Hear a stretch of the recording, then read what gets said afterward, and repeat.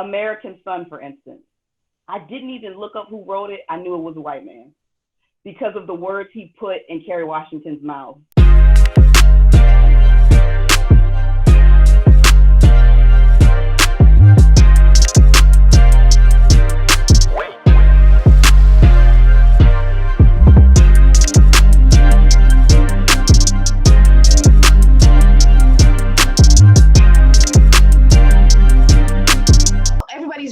We See You White American Theater and the things that are in there. And now what's happening are starting to be letters from alumni and students kind of saying, we see you white American theater education, right? Mm-hmm. So I am in love with this episode because it's almost like the video version of the letter. I'm sure this video is going to go out into the public and there's going to be professors like, well, I didn't know they were having to do such emotional labor and such heavy lifting.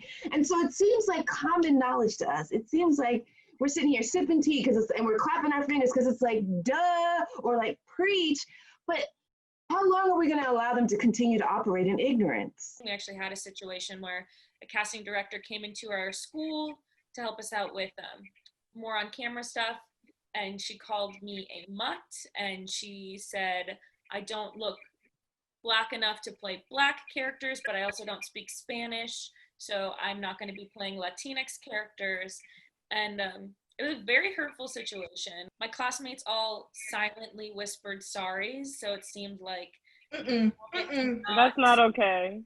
Call out. Well, and like the thing is, I would never expect another person of color to stand up in that situation. I was really expecting and hoping for my white classmates who know better. I was expecting our professor. That's what I was going to say. Say something. At some point in a situation like that, your professor should be making sure that you are safe in your safe space. Yeah, she didn't hear it. She said, and this is my thing, and I love this professor. I love them. They are a wonderful human being. But if all 7 of your classmates heard it, and we were all sitting in the same proximity, you ain't gonna lie to me and tell me you didn't hear that shit. That's such a cowardly response. That you didn't know how to handle it or that you weren't equipped. Exactly. Don't say that you didn't hear it. Don't excuse yourself. Be honest and say you were shocked, you didn't know what to say, you were taking it back, you wanted to pretend it didn't happen, but don't say you didn't hear it. And to be honest, it impacted the rest of my year, and I had a pretty traumatic first semester with some issues that I was facing in school and in the show I was in, and I had a great time in that show, but we all face microaggressions when we're working in predominantly white spaces. It happens all the time. Nothing was done about this situation until George Floyd was murdered. And I'm sure all of you have those instances of people all of a sudden are apologizing. And luckily for me, I had a great conversation with my teacher, really tough conversations. And I had a great conversation with that casting director where we talked about why it was inappropriate.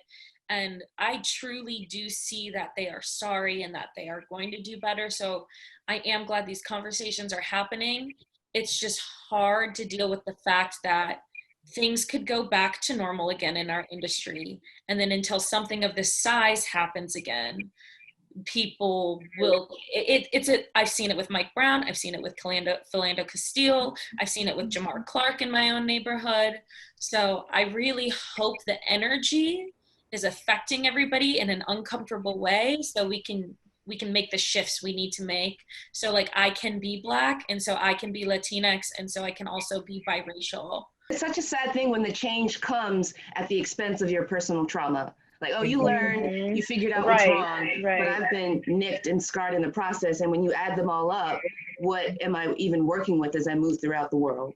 If we're in our safe spaces, for example, our educational institutions, why do I not feel safe? Why can something like that happen and everybody else is just uncomfortable and I'm the one with the nicks and scars? Like who can I talk to or where can I go so that I feel as safe as everybody else that is in this? I mean, that's in everything. I mean, professional theater is a really big one. You know, we have these things of like, if I say something, then I may never be able to work again. And so, I mean, truly, I've been really thinking hard to myself, like, if a situation like this happens, you know, what do I do? Do I sacrifice, not working for that person again? And honestly, I think my answer has to be yes, because it just can't happen anymore. And we can't keep allowing these people who feel that they are prominent or on a pedestal keep doing the same thing over and over again. You know what I'm saying? Like if we have these situations happen in our educational institutions, the next two Black people, because I'm sure it'll only be two Black people, and the next class that is after us should not have to go through the same things that the two before me and the two before them have to go through. We shouldn't have to keep saying the same things over and over and over again. What's interesting is that, Marissa, you said that there's more, there's fire behind the moment, and gratefully for someone like me, I, for better or for worse, have learned to swallow so much microaggression on a daily basis. Like, my faith helps me clean the slate in the morning, and then I swallow a steady diet of microaggressions throughout the day, and then restart the process. And so I'm not passive aggressive, but I just keep it moving, keep it moving. And so I think what this moment has gifted me is a boldness that I haven't had before, to be more aggressive in my reaggressing the microaggressions, like speaking up for myself in the moment, catching it before, because usually I'll go home and I'll process it later and be like, that was mean, or that was racist, but it's like 12 hours later, right? So now this moment has given me the, oh wait, no, let's nip this in the bud, let's catch this, let's address this. Raise your hand if you've ever been in a play about the Freedom Riders. So in the real world, you audition for what you want to audition for, and it might not be great offerings, but you pick and choose. You're like, nope, I'm done with the slave roles, or yep, this is what I want right now. It's a whole different animal when you're in grad school. Play selection rules everything around you. And so a big frustration for me was that I felt, and I don't know if a lot of grad students feel like this in programs across the country, a complete loss of agency.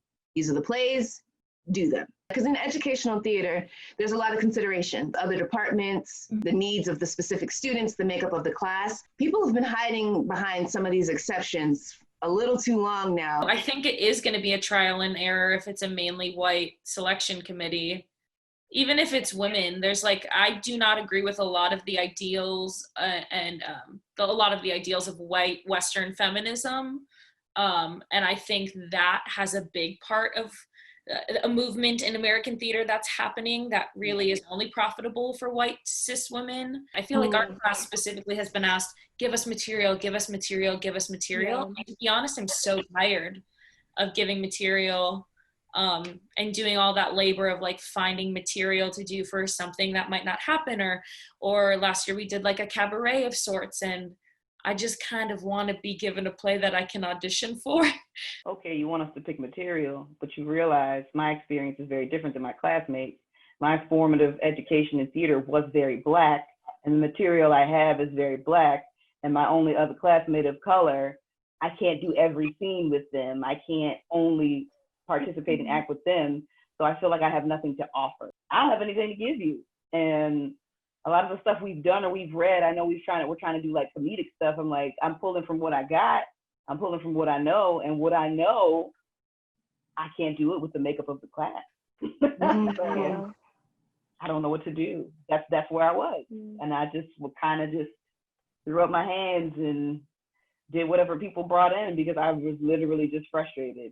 It's like I felt like I was doing so much catching up with my white classmates because because of the way that I learned how to perform. And it was frustrating last year. So I'll be honest, I checked out. I've really checked out.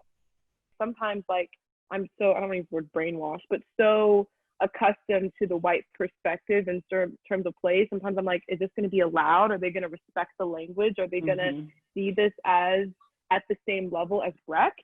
I don't know. I just feel like this language is speaking to my experience, and it may not be what they consider as intellectual or appropriate for an educational setting, but I feel like this is the type of story I want to tell. I love Toni Morrison. Anybody knows me knows there's certain people that I'm just a little obsessed with, and she's one of them. But in her documentary, she talks about letting go of the white gaze and how that delivered her to make the kind of art that she wanted to make and release. Yeah, that's good. But I would just always admonish you to just think about that whenever you have a thought like, are they going to be able to accept this?